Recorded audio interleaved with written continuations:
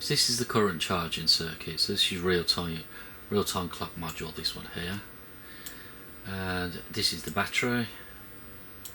And there's a constant current charging circuit basically through this 3K3 resistor.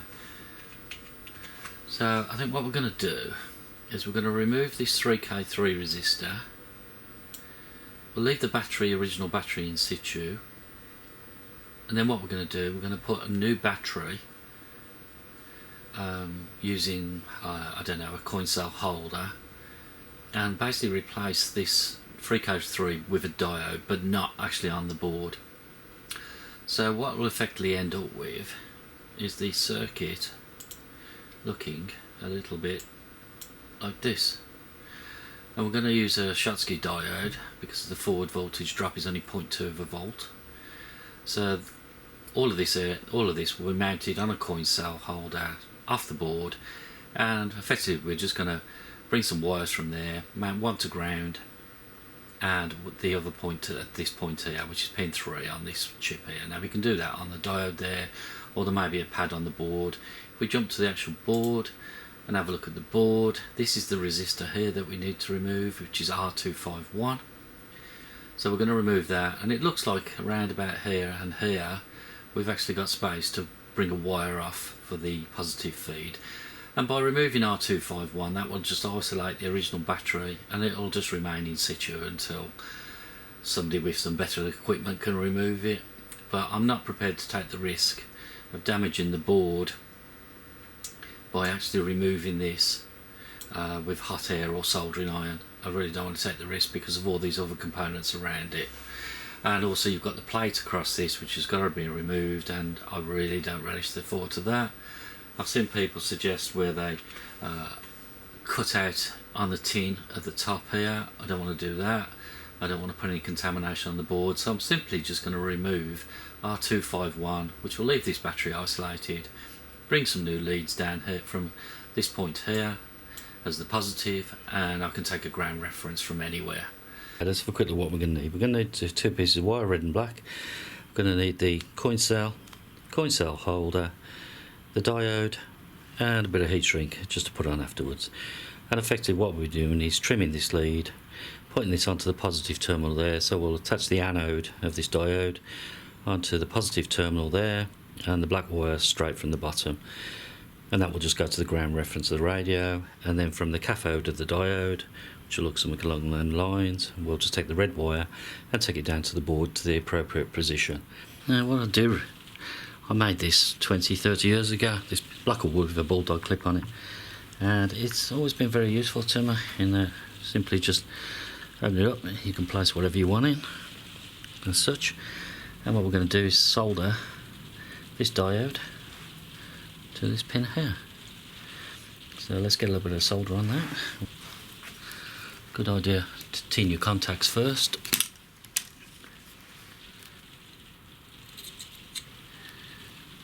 And the same with the diode. And let's just get that soldered on.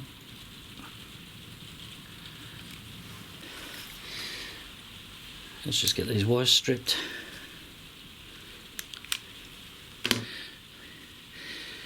Again, we just want to tin these wires.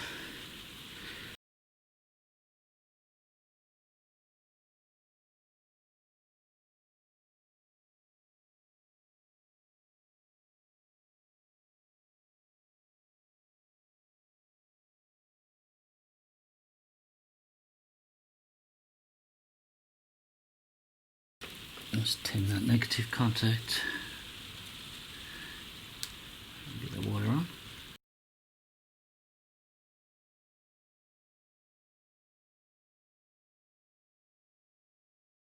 Just get the negative on.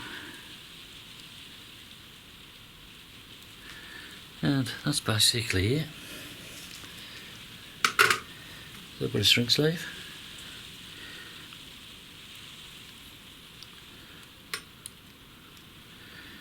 Cover up the connections.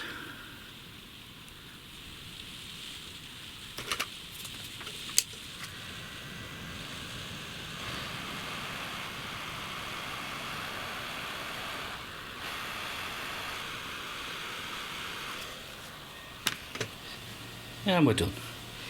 And now what we needed to do is test it. So if we strip these two ends,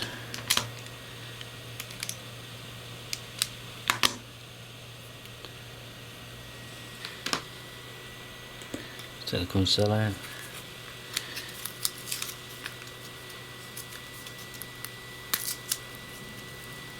should drop the coin cell in,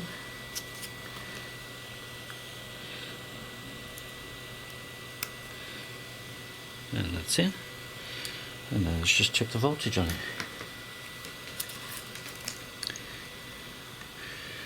And hopefully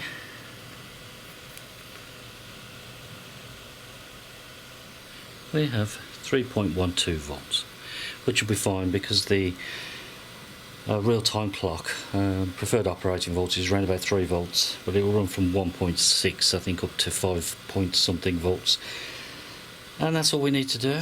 So we've made that piece. That's complete now, and I've got a little sticky pad I can put on the back of this, and we'll stick that shield that's covering the original battery, and then these wires obviously will be soldered down onto the main board. First thing we need to do is get the base off.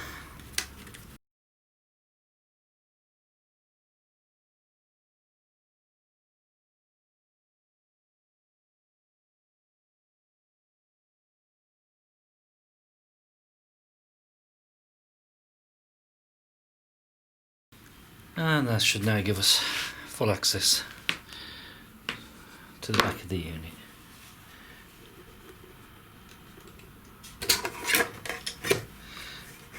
It just simply lifts off. And put that to one side. And now, let me show you the problem.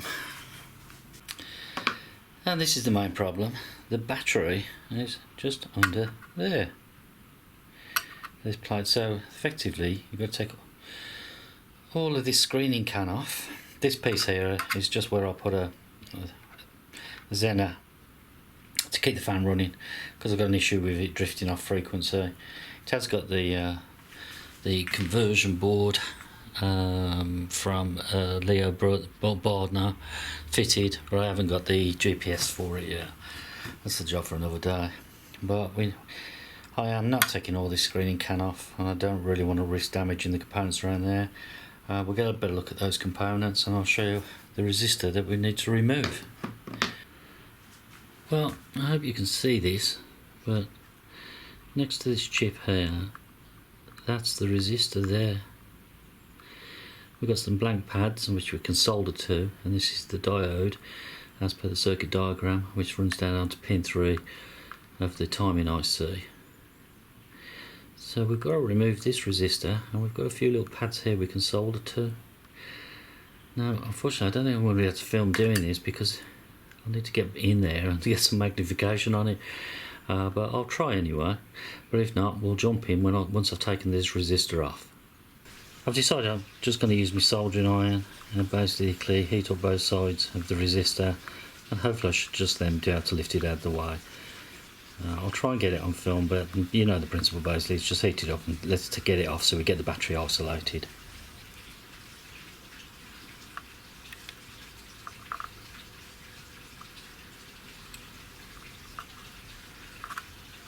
And yeah, I think we've got it off. And if you can see, it's like it's out of focus on the end of my soldering iron. So we've got that battery off. Wasn't the easiest thing to do. Now we can just test using our voltmeter that we've isolated the battery. So if we put one side to ground, the other side to there, yeah, 2.45 volts there, and nothing on the other side. Just clean up the area around there. And all we've got to then do is solder our wire to this point here, which is on the cathode of this diode. I've created a ground reference point there. I'll just put a little blob of solder on this shielding can. I'm going to use that as my 0 volt reference, and then I just got to very gently, using some kind of magnification, get down onto that diode. I've stripped, twisted and tinned the wires, so I'm just going to join the neutral to this screening can.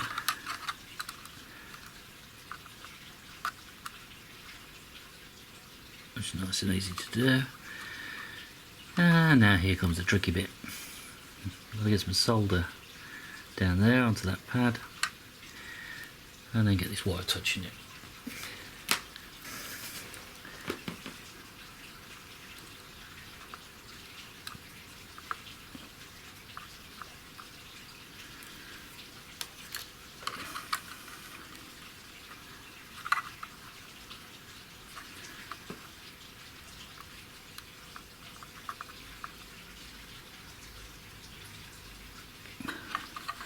Not beautiful, but that should do. There's a small pad next to the diode, so that can drop onto there. I'll just test it with the meter just to make sure the connections are all good and I'm not shorting. Okay, so we've got it soldered in. I'll just do a quick continuity test, just make sure we're not shorting to anything. It won't cause any issues.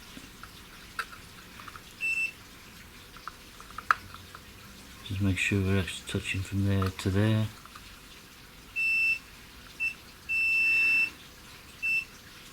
That's fine, seems to be fine. So I'll try and get a closer up picture of what we've actually done there. It's not beautiful, but it's probably about as good as we're going to get it. And hopefully that should now, once I've reinserted the coin cell, and I'll stick this to this plate, keep the battery ticking along for the next couple of years, no problem at all. And if I need to change it, it's just simply change the coin cell. And the original battery can just stay on the board underneath, isolated.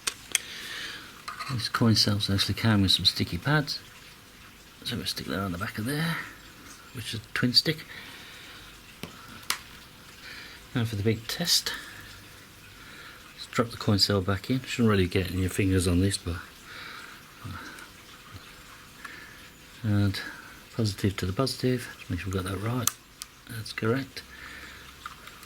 Peel the backing off. And now we can just stick this down to there. It's good and tight. I might put a little bit of hot melt glue around that, I don't know. But hopefully that now should. Let's test the voltage. Oh, I can't see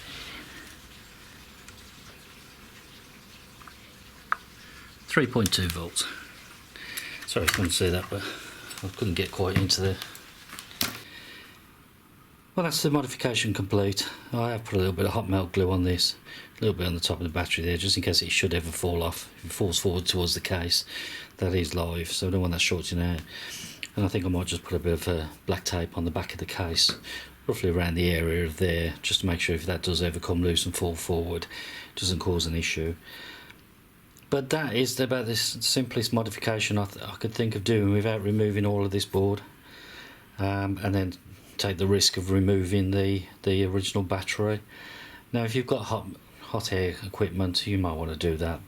I have got hot air equipment, but I still don't want to do it. I really don't want to risk damaging this radio. It's an expensive radio, it's just not worth the risk. It's far simpler to do this modification, I think. So we've got the coin cell, we've got the diode in there to stop the original circuit trying to charge this cell, and hopefully that should now last a few years before I need to change it again. But hopefully it'll just cure the problem of me having to keep resetting the original clock. Only thing to do now is put it back together.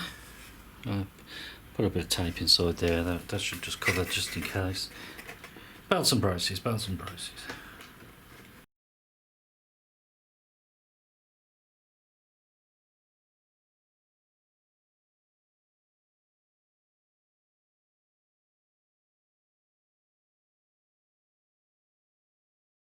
As usual, got a screw left. See where that goes there, just there.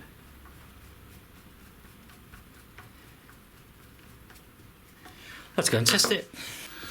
Well, let's power him up. And I would expect now the date and time to be totally wrong, which it is.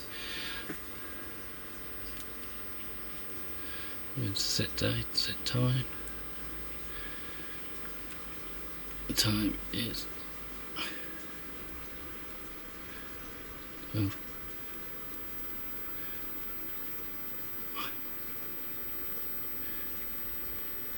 18. Yep.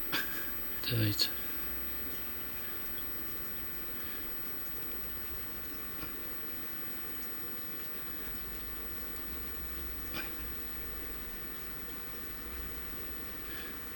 I don't want to do now. We'll get there.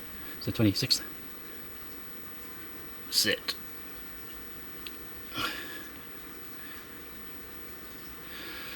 Okay, as you can see there, we've got the date and time set. Let's power it off.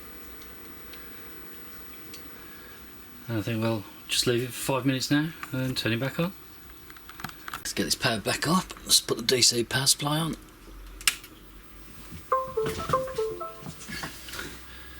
And let's power him up. And hopefully the date and time should have been kept. And it has, yeah. 12:29. That's fine.